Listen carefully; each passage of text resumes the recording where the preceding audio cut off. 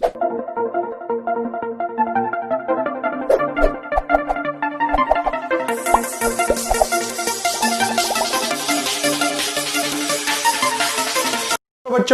मैं सभी का स्वागत करता हूं फिजिक्स ज्ञान मुकेश नायक चैनल पर। जो बच्चे 2020 टू 2021 में पेपर देने वाले, 2021 में जो बच्चे एग्जाम देने वाले, इस वीडियो को पूरे तरह से सुनना है।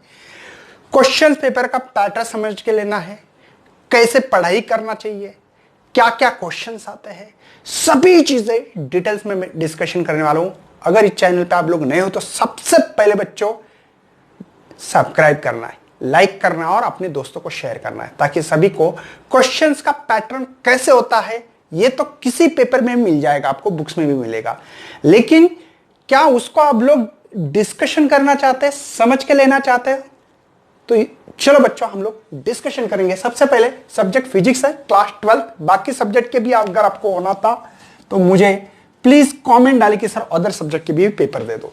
Questions paper format for annual exam 2021 के लिए आपको पेपर ऐसा आने वाला है।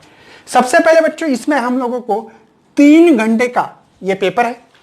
आपको टोटल मार्क 70 है, ठीक है। आपका जो फॉर्मेट है बच्चों, प्रैक्टिकल, ठीक है, प्लस थ्योरी, ऐसे होता है। तो ये होता है प्रैक्टिकल 30, ये 70, ये 100 मार्क होता है। बच्चों अगर आपका कॉलेज में अच्छा परफॉर्मेंस रहा तो 30 आउट ऑफ 30 मार्क्स होते हैं, मतलब 70 में से लेना है आप लोगों को। और इसमें बहुत बड़ी, इस जो क्वेश्चन पेपर न्यू फॉर्मेट आ चुका है, उसमें बहुत बड़ी अपॉर्चुनिटी ये है कि ऑप्शंस बहुत ज्यादा है बच्चों। इतने ऑप्शंस है कि आप लोगों ने ना, मतलब 16 चैप्टर है हम लोगों को लगभग, है ना। 16 चैप्टर में से सही में अगर आप लोग 12 भी चैप्टर्स करते हो ना, तो भी आउट ऑफ 70 ले सकते हो। खाली थोड़ा सा एक दिक्कत आती है, कहां आते मैं आपको बताऊंगा, ठीक है।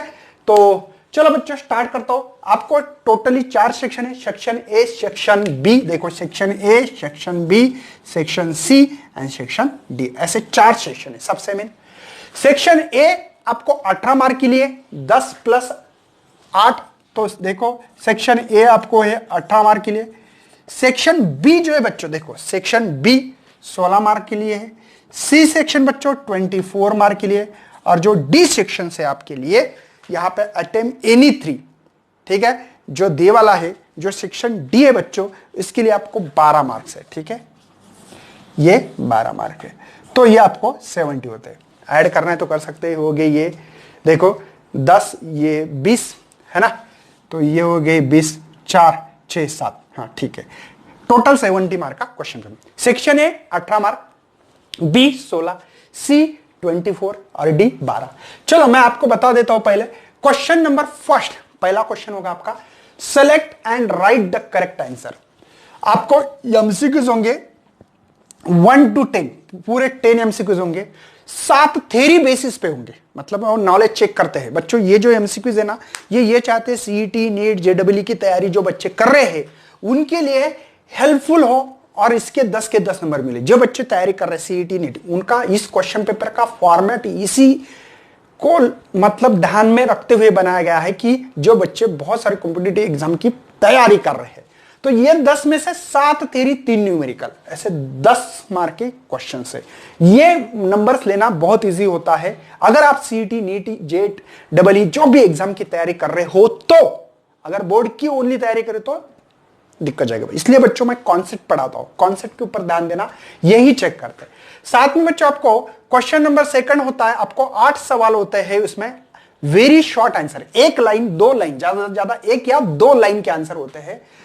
6 थ्योरी और 2 न्यूमेरिकल्स। बच्चों ये जो 18 मार्क के जो क्वेश्चन है ना, ये करीब करीब यही चाहते हैं कि सही में आप कितना अच्छा नॉलेज गेन कर पा रहे हो। पहला ए सेक्शन यही है कि आपके नॉलेज के ऊपर डिपेंड है बच्चों, आप कितना गेन कर रहे हो, कितना अंडरस्टैंडिंग कर रहे हो, आप कितने कॉन्सेप्ट क्लियर कर रहे हो, इसके लिए ए सेक्शन है। ध्यान देना, ए सेक्शन बहुत इंपॉर्टेंस है आपके लिए।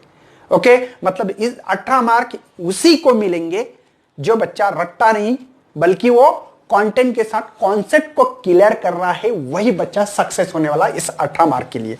18 मार्क जिनकी अच्छी सही में कॉन्सेप्ट क्लियर है वही ले सकता है। हाँ, अब इसमें रट्टा मार सकते हैं, लेकिन मेरे ख्याल से फिजिक्स में रट्टा कहीं चलता ही नहीं है। लोग बोलते हैं रट्टा मारने का, क्यों बोलते पता नहीं है। क्वेश्चन नंबर 3, 4, 5, 6, 7, 8, 9, 10, 11, 12, 13, 14, ऐसे टोटल 12 सवाल है।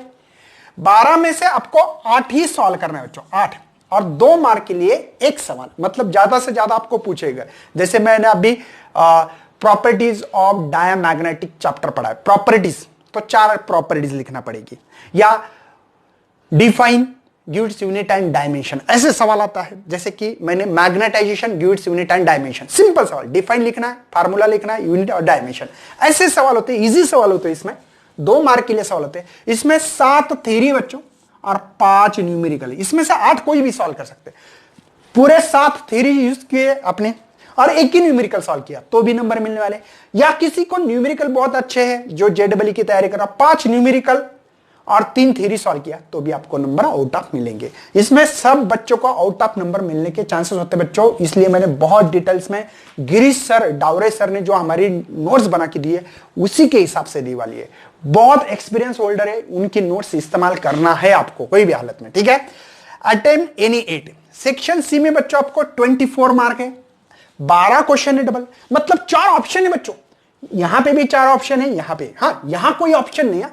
सेक्शन ए को कोई भी ऑप्शंस नहीं है। ऑप्शन कहां है? सी, बी, सी, डी, ठीक है। यहां 4 ऑप्शन क्वेश्चन है, यहां 4 ऑप्शन है, यहां पे भी 7 थ्योरी 5 न्यूमेरिकल, लेकिन ये क्वेश्चन 3 मार्क के लिए।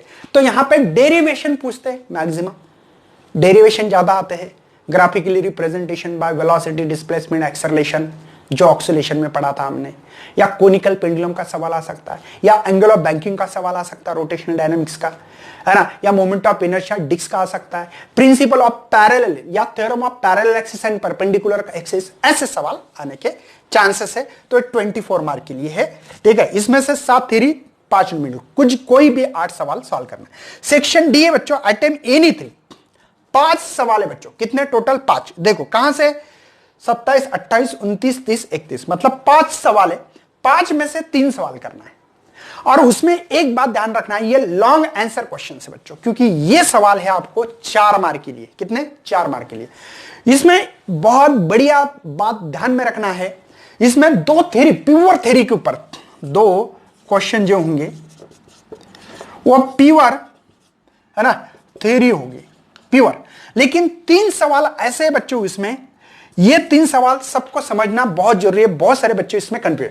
3 सवाल में 2 मार्क थ्योरी होगा क्वेश्चंस प्लस 2 न्यूमेरिकल। बहुत सारे बच्चे 2 थ्योरी का सॉल्व करते, 2 को छोड़ देते, तो 2 ही मार्क मिलेंगे, 4 नहीं मिलेंगे भैया। 3 सवाल मिक्सअप है, 2 थ्योरी बाद में उसको ही कनेक्ट करते हैं। समझ में नहीं आता कभी कभी तो न्यूमेरिकल और थ्योरी समझ में नहीं आता है, तो उसको बहुत अच्छी तरह से, इसलिए कॉन्सेप्ट क्लियर रहे तो समझ में आता, ठीक है ना। 2 मार्क थ्योरी, 2 न्यूमेरिकल, ऐसे करते हुए मिक्सअप क्वेश्चन है बच्चों। पहले बार ऐसा मिक्सअप सवाल आ रहा है कि एक ही सेक्शन है, वो है डी, बाकी की इसमें सेपरेट होते, न्यूमेरिकल अलग, थ्योरी अलग। एक ही ऐसा सेक्शन है हमारे इसमें, वो है डी सेक्शन, उसमें भी 2 प्योर न्यूमेरिकल थ्योरी पे होते हैं, उसकी बात नहीं है, लेकिन 3 सवाल ऐसे होते हैं। समझ में आ रहा है? आप लोग स्क्रीनशॉट निकालो अच्छी तरह से, ताकि आपको स्क्रीनशॉट में प्रॉब्लम नहीं आने चाहिए, ठीक है। स्क्रीनशॉट निकालिए। हाँ, साथ में बच्चों आपको एक क्वेश्चन पेपर आप लोगों को मैं प्रोवाइड कर रहा हूं। अब बहुत सारे बच्चे के दिमाग में आएगा, सर ओल्ड सिलेबस का पेपर, दिमाग से बाहर निकालो भैया। नियर अबाउटली आपको, नियर अबाउटली में 80 या 75 या 80% पेपर वही रहने वाला है, क्वेश्चंस पेपर वही रहने वाला है। आप बोलेगी क्यों? क्योंकि बच्चों सिलेबस बहुत ज्यादा चेंज नहीं हुआ। जैसे कि रोटेशनल डायनामिक्स, सर्कुलर मोशन, ये sorry circular motion, rotational motion, दोनों को एक जगह पे करके रोटेशनल डायनामिक्स नाम रखा है। सुपरपोजिशन ऑफ योग, 2 चैप्टर का मिक्सअप है। कौन कौन सा? एक है हमारा वेव मोशन और स्टेशनरी वेव्स। बात समझ में आ रही भैया? तो नियर अबाउटली, हाँ चलो इतना नहीं बोल सकते, 70 तो फिक्स है बच्चा, 70 फिक्स है। कुछ 11वीं का सिलेबस ऐड किया ना, क्योंकि ग्रेविटेशन को हटाया गया है, ठीक है ना। तो 70% सिलेबस सेम है कि नहीं, कोई ज्यादा दिक्कत नहीं है। तो मेरे ख्याल से बच्चों ओल्ड भी क्वेश्चंस पेपर में दे रहा हूं, सही है। 2020 में जो पेपर हुआ या उसके अलावा जो भी मेरे पास अवेलेबिलिटी देखता हूं, और डिस्क्रिप्शन बॉक्स में उसकी लिंक देने वाला हूं। बात समझ में आ रही है? आप लोगों को देखना है कि उसमें से कितने सवाल हम लोग सॉल्व कर सकते हैं, और मुझे कमेंट बॉक्स में कमेंट डालना है कि सर इस पेपर में से मैंने अभी 6वां चैप्टर मेरा खत्म होने वाला है, 6 नंबर का चैप्टर खत्म होने वाला है, ठीक है ना। 6 चैप्टर में से कितने सवाल आप लोग उठा पाते हो देख लेना, कोशिश करना हमारा काम है भैया। मुझे पता है कि पूरे लोगों को नहीं आएगा, लेकिन एक कंसिडर तो करो कि सर मैं 30+ % की बात कर रहा हूं, ठीक है। मतलब करीब करीब हम लोग इससे 21 या 25 मार्क्स ले सकते हैं सर। देखो कोशिश करो कितने मार्क्स का पेपर सॉल्व कर सकते हो आप लोग। तो मेरा इतना ही कहना है कि आप लोगों को कोशिश करना है, बच्चों ज्यादा से ज्यादा शेयर करो, क्योंकि बहुत सारे बच्चों को फॉर्मेट पता नहीं होता कि क्या करना चाहिए। एमसीक्यूज की तैयारी, कोई बुक्स में से एमसीक्यूज नहीं आता है, ऐसा नहीं है कि सर एमसीक्यू, हाँ लेकिन बोर्ड के छोटी छोटी लाइन भी पढ़ना पड़ेगी आपको, बोर्ड टेक्स्ट बुक, हाँ उसमें से हो सकता है। बात समझ में आ रही है? वो कॉन्सेप्ट देखना चाहता है कितना बच्चा क्लियर कर पा रहा है। ये 18 मार्क उसी के ऊपर डिपेंड है कि कॉन्सेप्ट क्लियर कितने कर रहे हैं बच्चे, ठीक है। बात समझ में आ रही है? उसमें भी बच्चों ये 7 मतलब 14 मार्क के, ठीक है, आप लोग रट्टा मार के कर सकते हो। इसमें भी मतलब यहां पे 7 है ना, 21 नहीं 18 मार्क रट्टा मार सकते हो, लेकिन तो भी न्यूमेरिकल के लिए तो आपको कॉन्सेप्ट यूज करना पड़ेगा। मतलब मेरे ख्याल से इतना ही कहना है बच्चों कि आप अपना विदाउट टाइम वेस्टेज सही में बुक्स पढ़ो, अच्छे कॉन्सेप्ट वाले लेक्चर देखो। मैं बोल रहा नहीं कि मेरे ही लेक्चर देखो, जिसमें कॉन्सेप्ट सही में आपको अच्छे समझते हैं वही लेक्चर देखना जरूरी है। तो शेयर करो बच्चों, लाइक करो, और नहीं है तो सब्सक्राइब करो, और आप अपनी पढ़ाई प्रॉपर वे करो बच्चों। मैं इंपॉर्टेंट क्वेश्चन भी आपको प्रोवाइड कर रहा हूं। चलो thank you and best luck for your study.